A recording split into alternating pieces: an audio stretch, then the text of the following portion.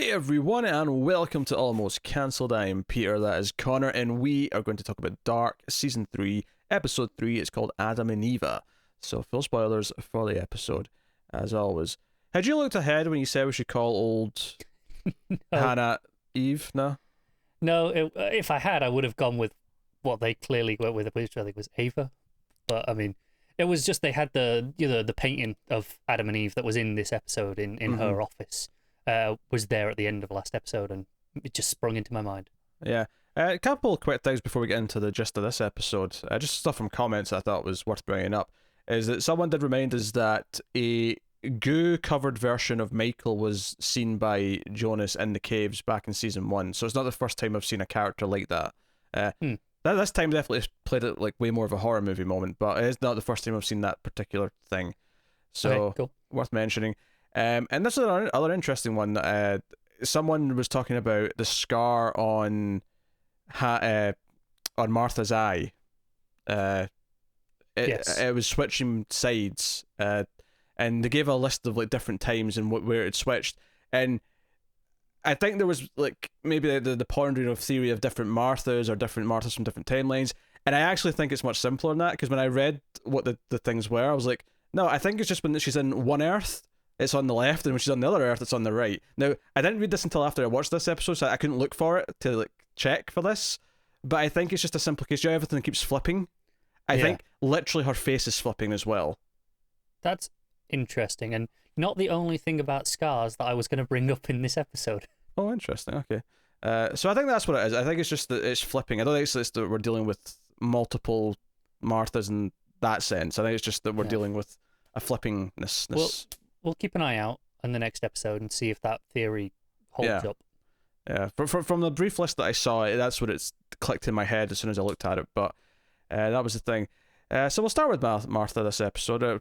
Particularly, Martha's in 1880. Let's start with the opening scene, because it's 40 goddamn seconds this episode gave me until I was like, what the shit are you doing? I don't think I actually gave a year, but clearly it's about, however old Tannhaus is, like him as a kid, so I'd say as an old man, he's probably in his 80s. So I'd say this is about 1820, maybe? Yeah, maybe 70s. Just because, times were harsher. So perfectly plausible. He looks a bit rougher for his age, but I don't know. Because we're on a carriage, and it's him and his father, and his father's talking about his beloved dead wife, and talking about, even just because he starts reading from this like book or journal first, and he's talking about essentially the foundations of like believing that time travel can happen, and we see in his pendant it says "For Charlotte." And also, way more interesting for me, the book that he's reading from. That is not just any book. That is a play. That is Martha's play. And he says, this was your mother's favorite play. And I'm like, holy shit, what? Like, are you telling me that Tannhaus is Martha's kid? Like, what? Why does Charlotte fit into this then? Well, that's the bit that's I don't know. That was what my next question to you was going to be. I took it as Charlotte had the kid, but I mean, maybe. Charlotte already has a kid, obviously, or two kids even. But yeah, I don't know. The play thing. I didn't recognize the play itself, but when he said, "Oh, that was your mother's favorite play," I was like, "Oh, that has to be the play that Martha does at the start of." Yeah, because it was so. That play is so intrinsically tied to Martha. That to me, that's what that was getting at. Maybe that's more likely. But how does Charlotte fit into it? Why is there a pendant saying "For Charlotte"? Does Charlotte and Martha become great friends at some point? That's that's a great question. I don't know. That was like the next thing, like, because it's 40 odd seconds in, he mentions the line about her mother and this play, and I was like, holy shit! And then he has the the pendant, the For Charlotte. I think it was a watch, maybe. Yeah. And I was like, wait, what? What's going on now? Yeah, because then Scarlet Trio, well, just one of them really, but I presumably the other two are just outside. I would assume so. The carriage, and we have another, well, actually, it skips ahead. Sorry, to old man Thanos. It's not his father and with him as a kid. It's just later. It cuts ahead to him as an old man, being black. Because it cuts. We go from a shot like of the little blind boy's face to him as an old man. Yeah, just to make it clear who this is. If you weren't aware that the only blind character so far was clearly this person, but no, because it was interesting for me because I wasn't 100% certain that this was his father that was talking to him. I didn't know if it was maybe a guardian. It's confirmed later on though with Jonas. Well, the way Jonas talks about it, I mean, it didn't. See, reading it the way I did immediately as this Tannhaus is Martha's kid. I went, well, is Jonas the father and this is the guardian? And when Jonas talks about that story about his father, if you watch that under the guise of he's talking, his father being Jonas, it's quite fascinating. It kind of tracks the way he talks about that scene, like it's do you know what it reminds me of? And you're gonna hate this. It's that scene in Revenge of the Sith where Palpatine's telling Anakin. No, I can tell you before you even tell me what the scene is. I don't remember the scene. No, okay, it's one of those famous meme scenes. It was the Darth Plagueis the Wise story, and it ends with him being like all ironic, all those famous moments that have become meme culture. So you might know him just from that. Yeah, well, it really played like that, where he was talking about himself in a roundabout way, and I kind of got that vibe from Jonas in this scene here. I wasn't watching it with that in mind, so I was never really thinking about any kind of dramatic irony as to what he was saying. But he talked about his father being obsessed, about believing that, because this is the thing, when Scarlet comes into Old Man Thanos and kills him, presumably in this time period or close to it, because obviously we saw the blind man with Jonas in that last episode, so it's soon after that, if not right now. Yes. He says, "Oh, you're real. Like, I thought my father was crazy, but you exist. You're from the future." Yeah. Which actually does raise an interesting question, because he's already been hanging out with Jonas and Bartos and Magnus and all that. And he seems to be aware of who they are, right? Yeah. Or more specifically, what they are, at least. It being travelers. Because he mentioned something to Martha as well, right? Like, you're one of them, a traveler. Yeah. Do we see him get killed in this scene? With Scarlet? In my brain, yes, but maybe it's just there's such an implication that maybe we don't actually see it. Maybe that's set before everything else, and this all clicks. Murky's up some stuff. In some weird way. But of course, that would make the watchmaker a descendant of either Martha Jonas or Charlotte, perhaps, or whoever. Like, it means that he's now a descendant of someone very distantly. Yeah, I mean, it's... Because he was always like kind of the odd one out, right, in the family tree sense, in that pretty much everyone else ended up kind of connecting in multiple ways. And he was just this adoptive grandfather to Charlotte, right? Yes. There was no blood relation as far as he knew. Hold on a second. Yes, adoptive grandfather to Charlotte, specifically. Yes. Let's not gloss over that point there. Noah and well, I don't know if it's Noah and Elizabeth or who makes the choice, but one of them or both leave baby Charlotte with Tannhaus. But yeah, this is complex. It's just getting wacky. It's getting wacky. But anyway, so Martha, there's a bit of a kerfuffle with Bartos and middle-aged Jonas because of the Adam revelation. Martha wants to be trusted, and in an effort to do this, shows her time travel device and also her parallel universe device seemingly as well, and basically says, "Look, just let me show you can trust me." And this is the last bit of fuel I've got. She's got like basically the goo that makes up the... What were we calling it last season? I can't even remember what we're calling it. God particle? The God particle, yeah. She's got like an orb of that, and she says it's her last one, and this is what fuels it. So she has to literally put one in every time she's going. Makes enough sense. And she gives it to him, and then he uses this in his experiment to sort of basically finally kickstart the machine and to finally have something that's working and presumably will lead to more of the building and so on and so on. But she actually lied because she has more. She goes up to her room, she rushes out there, and leaves. And there's a good bit of tension here, I thought, because I really thought they might like run in and grab her before she's able to leave. Just in time, yeah. But she does leave. She actually goes to the 2050s.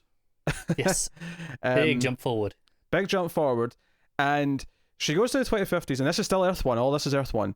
And she goes to the 2050s, and she goes to the nuclear power plant. And who's waiting there but Adam? Who wanted her to give middle-aged Jonas the orb to set him on the path, and he says something about how I was always so gullible, and it kind of murkies this up, like, oh, what? So did Adam always know that alternate Martha was going to show up after he killed Martha 1? Yeah, and there's some of that Eve says to Jonas doesn't say to him, but she sets him on the path to fix things like Adam did, once upon a time. But then, privately to the goons is like, no, we need him to keep the knot intact. And it feels like if the knot is intact, middle-aged Jonas, should have be the same Jonas that we're seeing on Earth 2 now, right? Despite his claims that he doesn't remember. Should be. I mean, maybe it's as simple as something took his memory, but I still sense there's an unknown element here at play where this is a new version of the loop, and Adam and Eve are both trying to sort of course correct it and make sure things happen as they're supposed to. Although, that said, I still believe Eve is trying to fix everything, but as she points out, she says that Martha 1 dying, is actually essential to saving everyone else.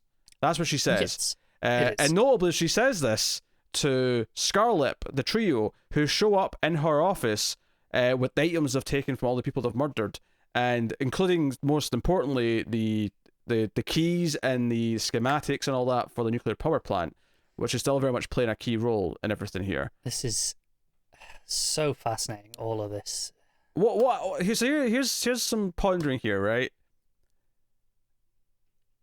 Are Adam and Eve working in cahoots, or are they opposing each other? I'm actually not sure. I'm inclined, again, this is a gut feeling. There is very little to substantiate this right now. I want to really make that clear. I'm inclined to say against each other.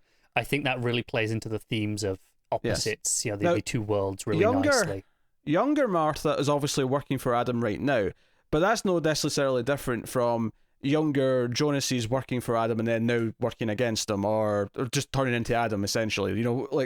There's clearly changes can happen in allegiances as time goes on. But that was definitely kind of this thing for me, where it was revealed that Adam's like behind what she's doing and tricking middle-aged Jonas into something. But what's notable though, did she also want? did Adam also have a like?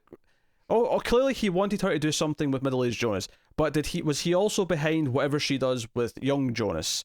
Because then young Jonas is following the orders of Eve. So did Adam? Because if they're not working together, if Adam and Eve are not working together, then young Martha sending Jonas to the other world where he meets Eve, and then she sends him on this other path, that would be a part of Adam's plan, unless Adam didn't necessarily know about that part. I would say if he did know about that part, like let's say the current Jonas, the young one that we have on Earth 2, the stranger and Adam are all still the same person. Adam still has the memories of all of them. Whatever the stranger has forgotten about Earth 2, it is possible. Yeah, it is possible. Maybe he regained those memories later in life. Well, that's and remembers it as Adam. That's you assuming that he's forgotten. Yes, I said working on that assumption for just for a moment. But alternatively, if the stranger middle-aged Jonas does not know something, then therefore Adam should not know it either. Whether it's because he's forgotten, or because this Jonas is now on a new path that these two never went on. They were. This has always been a separate thing. Either way, I'm inclined to agree, but like I said, unless he remembers, right? If the memories come back to him later in life, he reads something, some information that triggers it later. I don't know. Assuming that is possible, that he has forgotten, but then remembers later, which doesn't seem completely unfeasible. It's not, but Adam would then be intentionally sending Jonas off because it's part of what made him him, and he knows it's necessary. That's more of a turn, though. That's more of an extra element they have to introduce, whereas what they've presented us with right now is a stranger Jonas who doesn't know about this past, therefore Adam shouldn't know about it either. So until we're given other information to suggest that something changed afterwards, I think we have to assume that Adam doesn't actually know, or at least doesn't know from a first-hand experience, everything that young Jonas is doing right now. Maybe he's learned a lot of it later through other sources, through other people telling him things. That's very possible. Maybe he doesn't know exactly what Jonas is doing, the exact details, but he knows that broad strokes he was on another Earth. Or more to the point, he remembers what the stranger knows. Therefore, he remembers meeting this Martha. He remembers being told that he was sent to another world, but was never actually done that himself because he's came from. It's quite possible. This might be the most complicated TV show in existence. It's surprising it doesn't feel that complex when you're watching it. As you're watching it, it all works. It just flows in. It's just when you stop and really dissect it and think about all the little intricacies, there's so much going on. And I think that's such a credit to the writer and the director that they managed to make this feel so seamless when you're watching it. So here's the thing. So there's a lot of Eve talking to young Jonas about, saving everything, including Martha, although later on clearly she's lying. And because she's working with Scarlet, who up until now has been nothing but evil and menacing, it really makes you second guess her motivations and her allegiances. But she does claim that she's still trying to save everyone. It's just that Martha 1 dying is essential to everyone else being saved. She says to Jonas, gives him like another version of the fancy light. Basically, I assume the Earth 2 version of the fancy light. It's square instead of round. Yeah. And sends him on his way because she says, you have to make me who I become. Meaning that he has to essentially be the one who ushers in young Martha on Earth 2 before, this is confusing because there's 2 young Marthas, but, obviously the one that travelled to Earth 1 to get Jonas is a little bit older than the Martha who's like still in high school and still encountering characters. By a matter of like months, maybe 6 months. To make this clear, I'm going to refer to her as Raincoat Martha. I would go as far as to estimate that the Martha that came to Earth 1 at the end of season 2, that she showed up on Apocalypse Day, which was end of June. I would say she is from that age. So when we're seeing her interact with in the 1880s, she is from that June to September sort of time period, whereas the younger Martha we are seeing on Earth 2 kind of just being initiated into it, that's still in November. So there's that 7 or 8 months, whatever it may be, between them. Okay, I didn't follow any of that, but it's fine. It made sense, I promise. I think I get what you're trying to say, but sometimes words just sound like a mess of noises and they don't really flow. But anyway, so he goes to meet once again Martha on Earth 2, who the uninitiated Raincoat Martha, who has a couple of stages. I assume with Ulrich, because Ulrich, having found this body, we'll get to that in a bit of detail in a minute, but asks her some questions about, was she on something? Like you said, there was a light and it fell out. Did you see something? She goes and confronts Killian, and then ultimately Jonas kind of appears to her in the woods and essentially weirds her out, but gives her enough to kind of maybe at least be curious as to how he knows certain things, because he talks about memories of her and her brothers, stuff that happened when she was younger, and and then bringing up once again the glitch in the Matrix and stuff. She's curious enough because he's like, I'll show you how what's going on. I can show you some of this, and he takes her to the cave. And they go into the door. And one question that because I think we just assumed, naturally so, we assumed that this will just work like the cave on Earth 1, where one door, going one direction will take you to the 50s, one direction will take you to the 80s, right? 33 years back or 66 years back. However, they go through the door. The end of the episode, the big twist, if you will, at the end of the episode, is that they come out the other side of the cave and it looks completely different. It looks like Mad Max, like Apocalypse. Not Wasteland Desert. Yeah, Wasteland Desert, not, Fallout Desert, which is what the Earth 1 Apocalypse looks like. Yeah, that's Fallout Apocalypse. This is Mad Max. This is Mad Max, and it's all desert. completely different landscape immediately. There's barren, there's the odd tree trunk sticking out the sand and the rock, but that's about it. And she's like, where are we? And even he's surprised, because he was expecting the 50s or the 80s, clearly. You know, he wasn't, because he knew to expect someone here because of what Eve said, but he didn't know what to expect this surrounding, to expect the world in this state. So clearly, the apocalypse treated this world a little bit differently than Earth 1. Which begs, is it a different apocalypse altogether? Because we know it's at a different time, right? We know it's in 3 days as opposed to in 6 months. Yeah. Is it just further in the future? I mean, I questioned that. I was like, when exactly are we? But then again, if there's still foliage like there was in Earth 1, sure, that would just keep growing. It was not like that would all just go away, would it? Not unless there's like, I don't know, follow-up like acid rain or something. I don't know. Yeah, I don't know. Curious. But there's a figure walking towards, and Jonas says, she just said to bring you here so you can meet someone. And there's not even really a word said. Like the woman takes off because she's got like a scarf and like a head thing on, and it's very clearly stranger aged Martha. It's very clearly the late 30s, early 40s version of Martha. Good casting and makeup and stuff, because it's very clearly her. Yeah, which it has been on point with pretty much every single person on this show, right? So now we have another Martha. That's just what we need.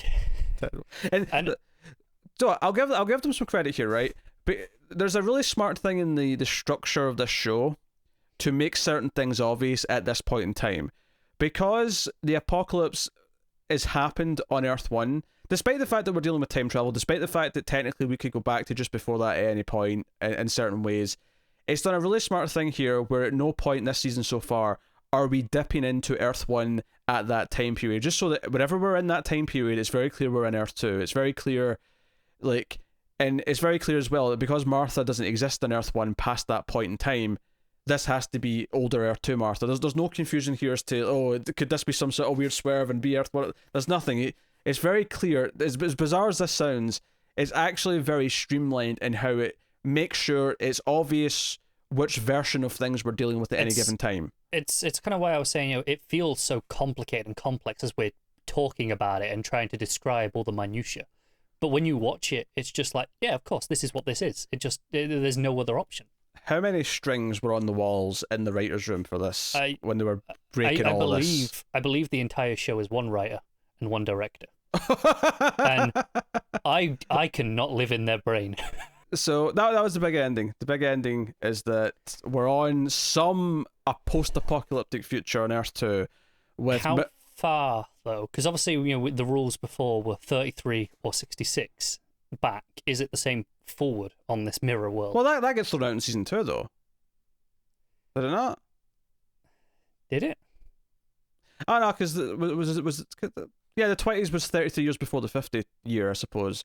And then the 1880s must be about 33 years before the 1920s year. So I guess that holds true. But okay, that means it's a multiple of 33, but it doesn't necessarily tell us how many 33s were in the future. No, that's true. That's a fair point. But the question here is, are we at the equivalent 2050s, or is this further? Because at this point, we've now went back, 4 33s in Earth 1. Because we're now, in fact, more than that with that opening scene in this episode, hell knows, that's probably another 66 years. In fact, I'm willing to bet you that's exactly 66 years before. Do you know what? As we had that conversation near the start of this discussion, and we were trying to figure out, I wonder how long before it was, and I went, well, maybe about 70 years ago. And then we moved on, and like about 30 seconds later, I was like, God damn it was 66 years before. And then I just didn't bring it back up. Yeah, 66 years sounds about right. There's well done as well stuff in this episode, though. So we mentioned the lip scar dude, but we have to talk about some of the stuff that's going on in Earth 2 in the wake of this. It's interesting that Ulrich is having kind of a similar realization in the wake of this discovery of because right now he doesn't believe it's his brother. He believes that it's a kid who's been murdered now who's been dressed in the clothes and the items of his brothers, so he thinks it's the same killer. Yeah, which isn't a million miles away, say, from where he was before, where it was familiar to him, and then he was like, could it be?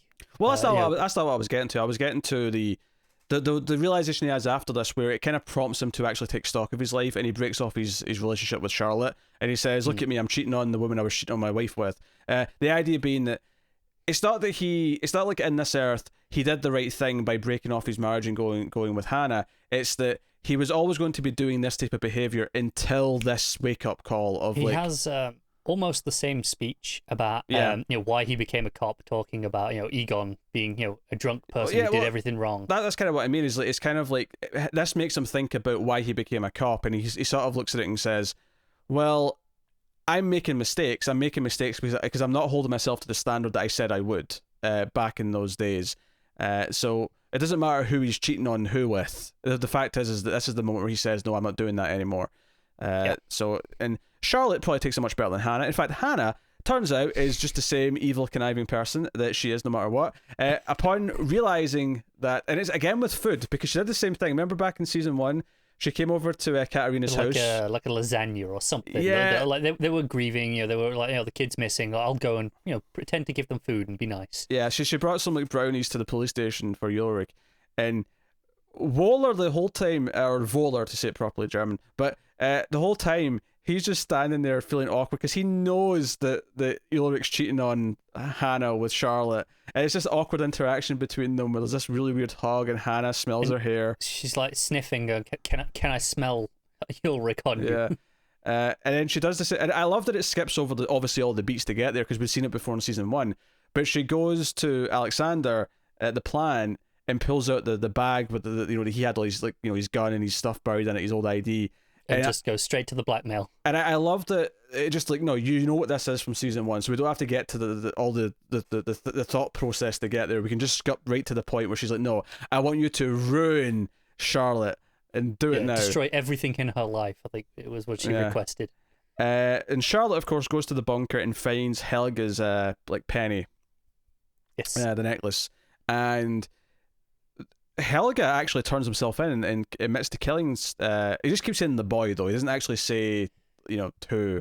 Obviously, he means... but here's the interesting part, though, because they're talking to him, right? It's Peter's there, Charlotte's there, they're talking to Helga about what's happened, try to ask him questions. He's being kind of nonsensical. Ulrich walks in and just throws a fit, because, did you kill my brother? Blah, blah, blah. And what I thought was very interesting here is that Helga recognizes Ulrich, and again, we don't have the context for what happens on Earth 2 yet, but this would be in line with what we'd expect if Helga sees him, given what Ulrich tried to do to him in the 50s when he went back in time, when he tried to bash him, and that's how he got the scarring and all that. The scar on his face, yeah. Yeah.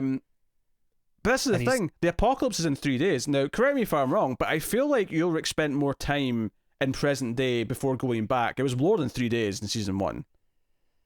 It definitely felt like that. I'd have to check the timeline to be sure, but I feel like it was like at least a week. But I mean, I could be.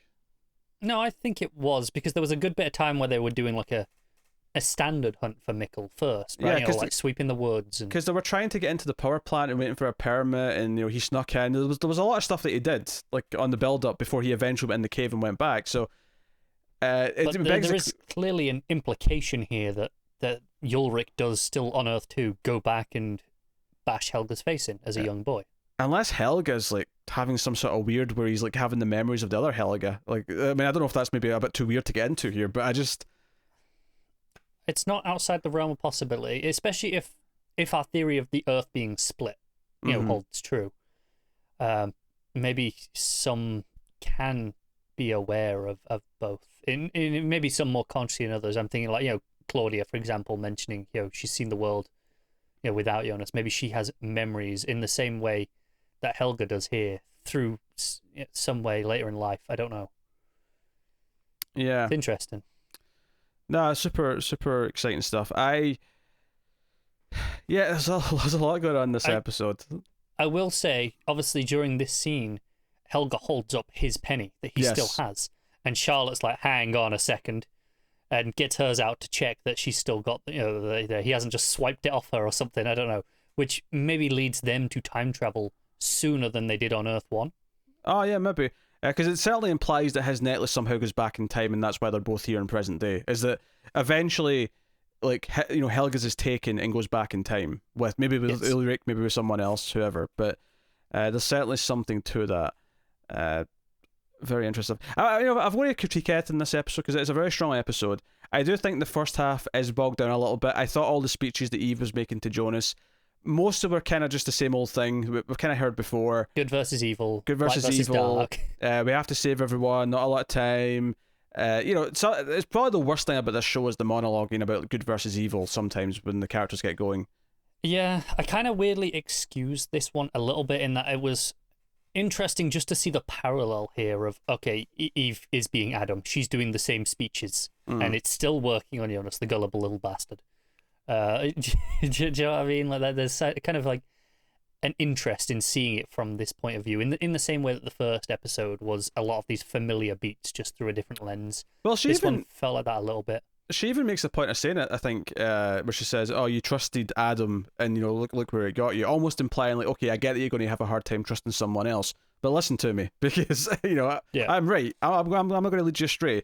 And then we find out, within like 5 minutes that, oh no, she is leading them astray. Not to the extent that she's leading them astray, because maybe she does genuinely believe that whatever he's going to do, that she's sort of pushing him towards, is going to save the world. But specifically the part about saving Martha is the lie. So very interesting. But I mean, Lipscar is so evil. Even the music that plays when he's on the screen. Yeah, it's great, isn't it? It's so like, I fear him. He's sinister and nasty. And... On Lipscar, because I said I had something else to talk about scars. Mm-hmm. I couldn't help but notice after the fight with Bartosz with stranger Jonas, he had a very noticeable scar on his lip, like it was bust open, and it wasn't quite the exact same. But it was really noticeable that it was there for the rest of the episode, and my eye kept getting drawn to it. And I don't know if this was like intentional or not, but the idea of putting a scar there on his lip just to make us think that I'm not saying that lip scar is exactly Jonas, but again, maybe this is okay. We're on those lines of maybe this is Earth 2 Hannah's kid, and like that Jonas Jace, and kind of it's kind of just making me think of him. And that's the closest thing that available. And again, maybe it's nothing, but it was just the prominence of it in this episode that made me notice. I mean, we don't really have kid Jonas. Teenage is the youngest one we have. But we have typically had 3 versions of Jonas since early season 2. So I mean, it would tie into that. But at this point, we have like 4 Jonases. So I mean, who gives a shit? We have so many Marthas. We have at least 2 of. This is the weird thing. It's almost like, because you thought to yourself, well, the characters that we have the most versions of are the ones who were teenagers or kids in the 50s, were adults in the 80s, and then are old people in the present day sort of timeline. But they found a way to give us more versions of the present day teenagers, having alternate Earths and all that. I mean, I suppose in that context, something like Tronte or something like Helga is like, now there's 4, because now there's young, middle-aged, old, and then alternate old. Yeah. So we may get all 2. So if we end up going back in time in Earth 2, which if it's possible, because obviously we've seen one door takes them to this post-apocalypse, which begs the question, like, is this door, like, is the present day stuff on this Earth, is that the furthest back, or is that in the middle of the 3 points? That's an interesting question. But also we know they developed their own time travel machines, which don't have quite the same restrictions. So we could still go further back through the use of one of those if they wanted to. It's kind of whether or not they want to go down that route and introduce all those other sets of permutations this late in the show. Oh dear. I feel like this show became into being because one night the director and writer, who I'm just going to assume are friends, and they probably watched Primer, and said to themselves, I think we can top this. I think we can make something more confusing than Primer. Just honestly, the idea of this coming out of one writer's brain is staggering, isn't it? Honestly, really strong episode. Pacing in the first half was a bit on the slower side, I think, because of so much monologuing from Eve, which maybe dragged that down. It is notable though that the average rating in IMDb keeps going up for every episode after this, so we'll see how they go for us. I mean, I would say this is certainly stronger than the second episode. Yeah, I would too. All that said, my favourite moment of the season might still be in the second episode. It's the Ulrich Katarina meeting.